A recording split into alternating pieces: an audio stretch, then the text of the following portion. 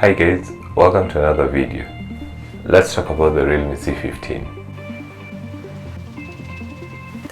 Realme has had one of the most exciting entrances to the Kenyan market. I must admit, I didn't think much of them when they announced they'd be coming in officially. I knew they were a fast-growing company and that they'd sold devices at quite competitive prices. What I didn't know, or rather didn't expect, was for them to be very serious about the Kenyan market. It hasn't even been 3 months and they already have a couple of devices with more on the way. A recent press release from them states that they are looking forward to bringing their full lineup to the Kenyan market. So it is serious stuff with them, unlike companies like Xiaomi who always feel like they have only one foot in and never ready to bring in everything they make. Anyway, the Realme C15 is launching today in the Kenyan market. Sales will start on 21st September. And though Realme didn't share with me the exact pricing when they sent over the review unit, from the ads I've seen online, the device will cost you Kenya shillings 16,999, which is basically 17,000 Kenya shillings. For that price, you're getting 4 gigs of RAM, 64 gigs of internal storage, a 6.5-inch HD display with Gorilla Glass protection, and a huge 6000 mAh battery that supports 18-watt fast charging. The device is powered by the Helio G35 processor running Realme's UI over Android 10. For the time I've interacted with the device, here are a couple of things that I've quite loved and a couple of things that didn't really impress me. First, the display. It is good. There's not much to add to that.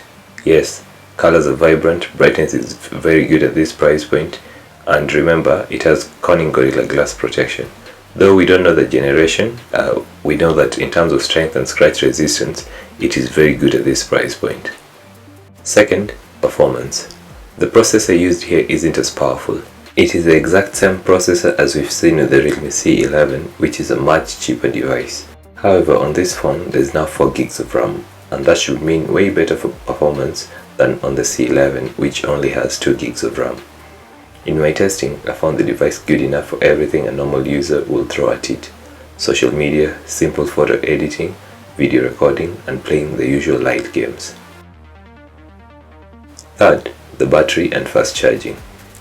This isn't the first device I've been testing with a huge 6000 mAh battery. I've seen a couple this year and I've even used the Infinix Hot 9 Play. However, the inclusion of an 18-watt fast charger makes all the difference here for everyone looking for long battery life devices. You don't want your phone to take forever charging. Realme says the phone can charge up from 0 to 25% in 30 minutes. I know that may not sound impressive, but remember, it is a 6000 mAh battery and that 25% will last you quite a while. Remember, many phones at this price point rarely launch with 18-watt fast charging. Normally you'll find 10-watt fast charging, but here you're getting 18-watt fast charging on top of a 6000 mAh battery. That's really good. The fourth thing I want to talk about is the lack of Usbc. I hate that companies are still not taking Type-C very serious. Even Xiaomi downgraded from the Redmi 9A this year to microUSB. This phone, the C15, would be a killer device if only it had a Type-C port. USB Type-C will make it future-proof, will make it a cool device, and you won't feel like you're getting an older generation device. Should you get it? Well, if you're ready for something different, then I think it's a good choice. Just go ahead and buy it. If you're moving from an Oppo device, remember, Realme UI and ColorOS look sort of similar. However, with Realme UI, the problem is there's a lot of bloatware.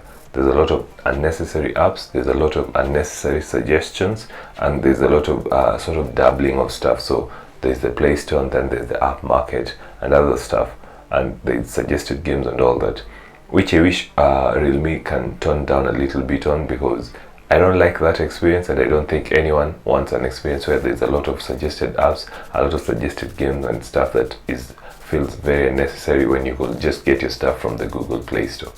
Finally, Realme seems pretty serious about the Kenyan market, and I'm very glad they are, because this means the existing companies need to get serious or else they'll lose customers. Their approach with creating awareness and marketing has been very good to me, and even though many Kenyans don't know the brand, provided they keep on with their current strategy, only bettering it with time, I believe in a year's time or more, they'll be a well-known major stakeholder in the Kenyan space. What are your thoughts about Realme devices?